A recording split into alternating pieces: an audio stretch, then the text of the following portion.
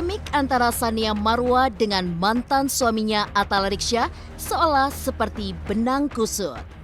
Tak berakhir hubungan baik usai perceraian pada 2017 silam. Hingga kini, konflik pun semakin memanjang, terutama soal hak asuh anak. Seperti apa polemik antara Sania Marwa dan Atal Riksya soal hak asuh anak, hingga kedua anaknya kini masih tinggal bersama Atal Riksya.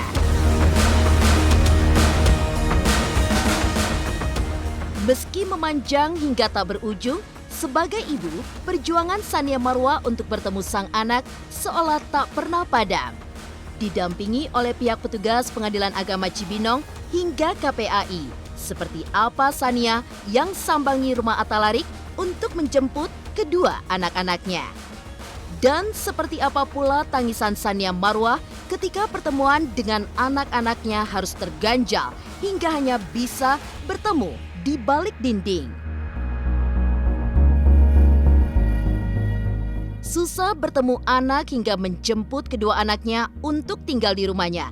Sania Marwa sebut Atal Riksya tak kooperatif meski putusan hak asuh anak sudah di tangan Sania Marwa. Seperti apa kekesalan Sania atas perlakuan mantan suaminya itu? Dan benarkah Sania akan kembali menjemput kedua anaknya demi memperjuangkan hak asuh yang dimenangkannya? Pemirsa, bersama Intens Investigasi, kami hadirkan kabar terkini, terpercaya, dan teraktual. Tetapi sebelumnya, jangan lupa untuk like, subscribe, dan juga share channel YouTube ini.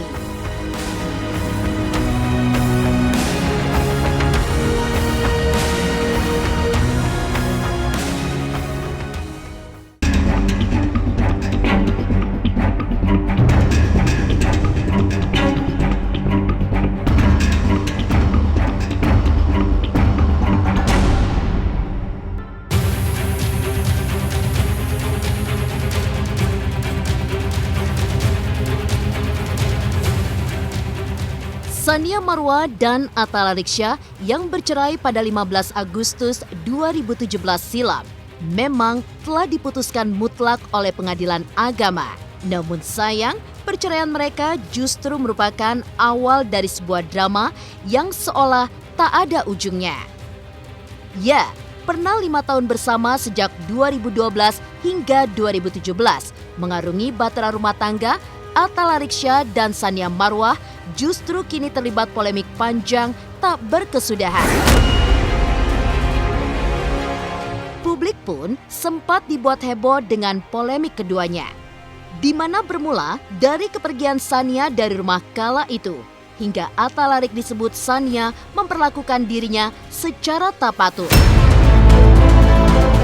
Terutama ketika Sania mencurahkan isi hati di sosial media terkait barang-barangnya yang diletakkan dalam kantong plastik hitam oleh Atal Riksya. Barang-barang, ini terakhir barang-barang ya. Jadi konfirmasi barang-barang itu memang udah saya list dan itu sudah saya serahkan listnya dengan resmi kepada pengusaha, kepada pengacaranya, tapi ternyata tidak menepati janji dan diperlakukannya sangat tidak sopan. Saya curhat di Instagram bisa dibilang karena sama sekali bukan untuk mencari sensasi ya.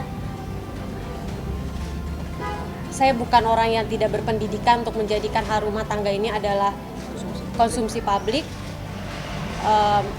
Jadi saya curhat di Instagram itu semata-mata karena saya udah merasa mentok. Kalau mau berkomunikasi, komunikasi sama saya aja deh kalau soal mau hal-hal lain. Maka oleh hari kemudian di SMS istrinya.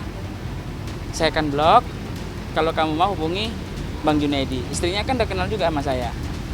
Gak berapa lama istrinya chatting WA sama saya. Chat minta mau ambil barang-barang dia pribadi. Kemarin-kemarin kemana aja lu? Kenapa nggak pulang ambil barang? Sekarang udah gugatan tanda masuk, kamu mau datang, keluarganya kan ada mungkin di rumah.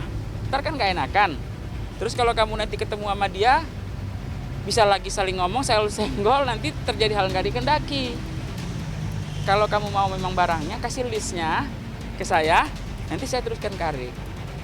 Besoknya, hari Minggu, hari Sabtu, itu kan Jumat, hari Sabtu dia kasih list. Hari bilang, oke bang, bisa diambil hari Minggu besok, tapi jangan lewat dari jam 12. Udah lewat itu, malah saya udah minta maaf duluan.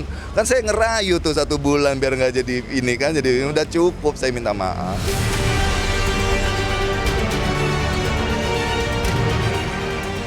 Dari situ, kemelut mereka kian kusut.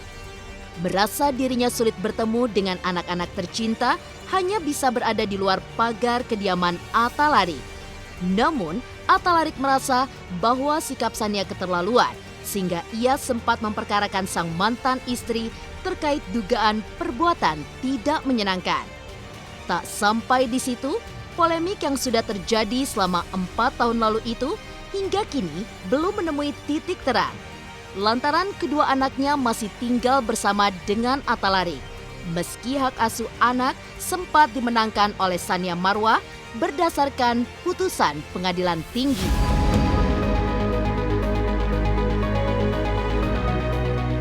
Nggak ada yang membatasi, karena di rumah ya ada tata cara aja. Manusia itu kalau nggak ada batasan jadi binatang kan. Nah, apalagi kan masuk ke rumah orang ya, ada etikanya. Janganlah kita jadi, ya ada batasan itu apa ya, batasan itu harus dimengerti. Mau mainin mental saya dan jadiin anak itu sebagai senjata, alat. Maksudnya apa? Sekarang kalau kita bisa berpikiran secara sehat, itu bagus gak untuk psikis dia? Dari awal saya sudah bilang saya tidak pernah melarang dia untuk datang ke rumah ketemu dengan anak-anak, dan dia tahu dan semua orang juga tahu, jadi nggak usah GR ya, nggak usah cari simpati publik lagi.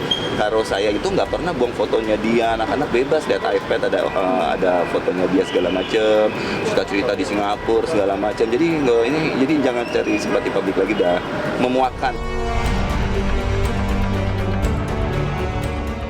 Seperti apa perjuangan Sania Marwa ketika menyambangi rumah mantan suaminya untuk menjemput anak-anaknya? Seperti apa pula Sania Marwa yang tak bisa membendung air matanya setelah sempat bertemu sang anak hingga menyuapi? Pemirsa Intens Investigasi, jangan lupa untuk like, subscribe, dan juga share channel YouTube ini.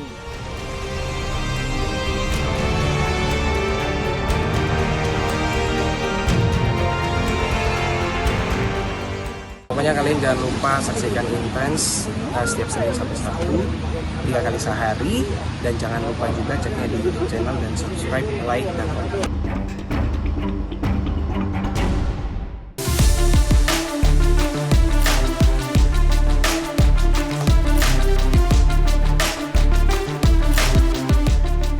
Tak mudah memang bagi seorang Sania Marwa untuk mendapatkan kembali buah hatinya ke dalam pelukannya. Bertahun-tahun berebut hak asuh anak dengan Atalarik, Sania Marwa diputuskan memang mendapat hak asuh anaknya oleh pengadilan agama. Meski sudah menang, namun tetap saja buah hatinya itu hingga kini masih berada di tangan mantan suaminya itu.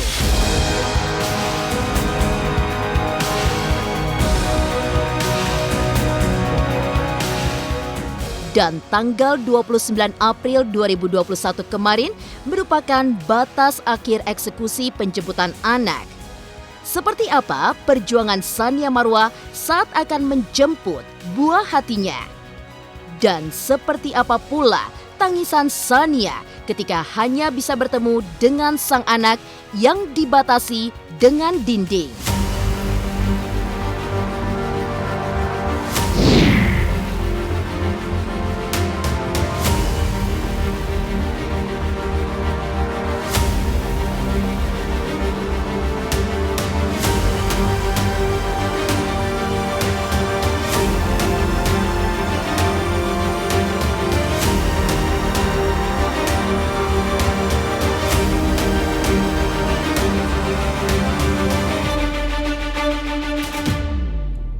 Gimana cari di dalam ya? Jangan udah mas, belum selesai, saya belum bisa ngomong.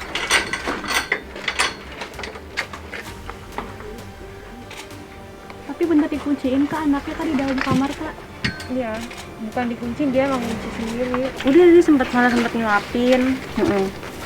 Terus ya itulah tadi ada itulah yang pengacaranya ngomong kayak ngagetin anak-anak, jadi anak-anak takut masuk kamar lagi gitu loh.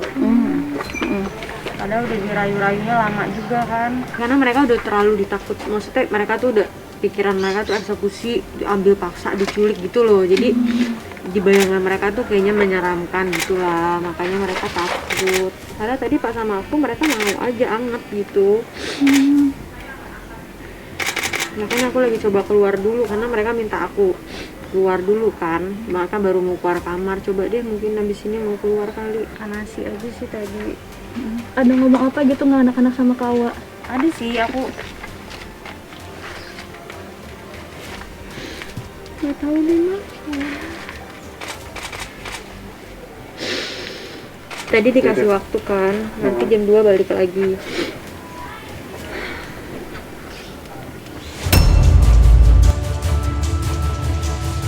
Pemirsa Intens Investigasi. Sabar, itulah kata yang seolah melekat di hati Sania Marwa saat ini. Meratapi nasib selama bertahun-tahun tak bisa bertemu dengan anak, namun saat Sania akan menjemput kedua anaknya harus terganjal oleh sebuah masalah. Air mata pun tak terbendung. Bahkan kesedihan Sania pun menjadi-jadi ketika sang anak yang sempat mengucapkan kalimat, "Umi mau culik aku ya?"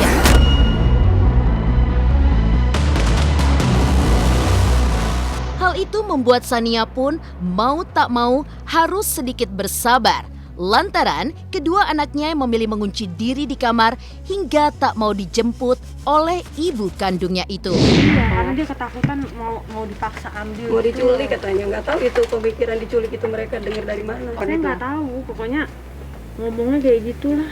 Umi mau culik aku ya katanya. Ya saya bilang enggak lah, nggak mungkin. Aku bilang enggak, Umi cuma kangen doang, pengen ketemu, pengen cium. Saya bilang gitu kan. Ya seneng lah Mas, cuman ya gimana ya? Nggak tahu, dia udah kayak nggak pernah pisah aja gitu loh. Maksudnya udah ini Umi. Menjumpai perwakilan keluarga nggak sih Kawa di dalam? Ada banyak. Siapa aja Kak? Ada neneknya, ada tante-tantenya, saya kenal juga lah kan keluarganya. Bantuin, dibilang Umi gitu, coba keluar gitu, mereka bantuin kok. Bu Sania belum bertemu dengan anaknya karena anak terkunci dalam kamar. Oke, udah berusaha merayu, masih belum keluar. Nanti kita jam 2 kesini lagi. Barangkali selama kita tarik dulu nih, terlalu rame, anaknya bisa keluar menemui ibunya. Kita kan humanis. Kalau memang hari ini masih kondisi seperti ini, nanti jam 2:10 kita bacakan berita acara, hasilnya mungkin tidak bisa dilaksanakan, ditunda akan kemudian. Tapi kita berharap bisa, kan waktu yang hampir 2 jam itu bisa keluar anak sama ibunya.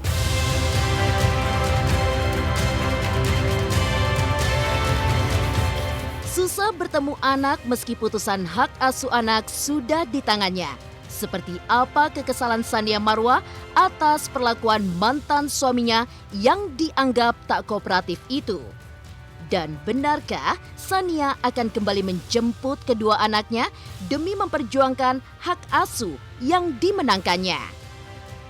Pemirsa Intens Investigasi, jangan lupa untuk like, subscribe, dan juga share channel YouTube ini.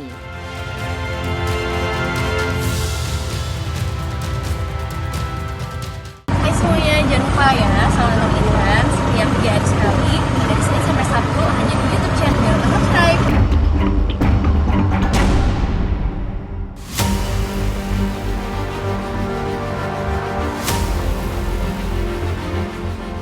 Ya, segala upaya sudah dilakukan oleh Sania Marwa kemarin saat akan mengeksekusi kedua buah hatinya, Syarif dan Sabira, dari yang berhasil bertemu, bercengkrama layaknya pertemuan ibu dan anak, berpelukan hingga menyuapi.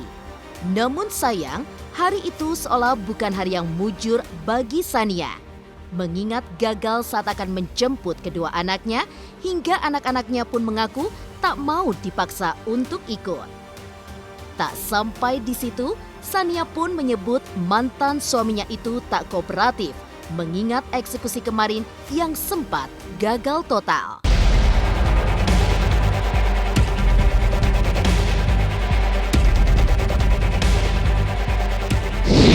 Jadi hari ini kita gagal menjemput anak ke Bu Sania Marwah. Kita sudah berusaha masuk kamar, tapi kondisi anak ya tidak mungkin dipaksa karena memang ada aturan-aturan dan amanat pimpinan ke saya di penetapan harus manis, harus persuasif. Ya, kami pun tidak mau disalahkan oleh siapapun. Makanya tapi kalau memang Bu Sania atau Pak Junawadi pasti pengadu, silakan kami menerima pengaduan sampai ke atasan, tidak ada masalah. Nanti akan kita agendakan lagi, koordinasikan ketika ada cara-cara biar anak tidak meronta-ronta ketika dijemput. Kuncinya di situ. Nah, tadi pun kita kan melihat mau kedobrak kamar, ternyata udah masuk, kita udah masuk, tapi anaknya meronta-ronta. Enggak, tadi sebenarnya gini loh, saya tuh udah sempat punya momen sama anak saya udah baik banget sama saya, minta disuapin, terus udah gitu juga, pada kasih sayangnya saya berasa banget deh, tiba-tiba memang ada provokasi, ya ada orang yang ngomongnya tinggi gitu loh, nadanya tinggi, jadi anak saya takut. Jadi tadi lari udah dua lagi kali ke kamar. anak yang pertama kita tinggalkan sampai jam 2 keluar udah disuapin, tetapi dari sana ada teriakan ambil aja anak tuh sudah masuk kamar. Kita tadinya rencana mau dobrak, ternyata sempat terbuka dan sempat ibu masuk. Karena kondisi anak seperti itu kita diamanatkan untuk menjaga psikologi. Iya, karena di luar juga ya udah teriak semua. Jadi itu ditunda, nanti kita akan agendakan lagi bagaimana caranya.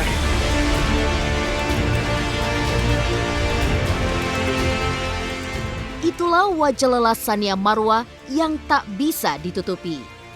Gagal membawa anak-anaknya dari rumah mantan suami, wanita 30 tahun ini hanya bisa pasrah lantaran tak bisa membawa kedua buah hatinya, Syarif dan Sabira, untuk tinggal bersamanya. Meski sempat kecewa, Sania berjanji akan kembali menjemput kedua anaknya itu, meski harus menggunakan berbagai cara terbaik agar psikologis anak-anaknya tak terganggu. Saya kecewa banget ya, karena yang jelas putusan.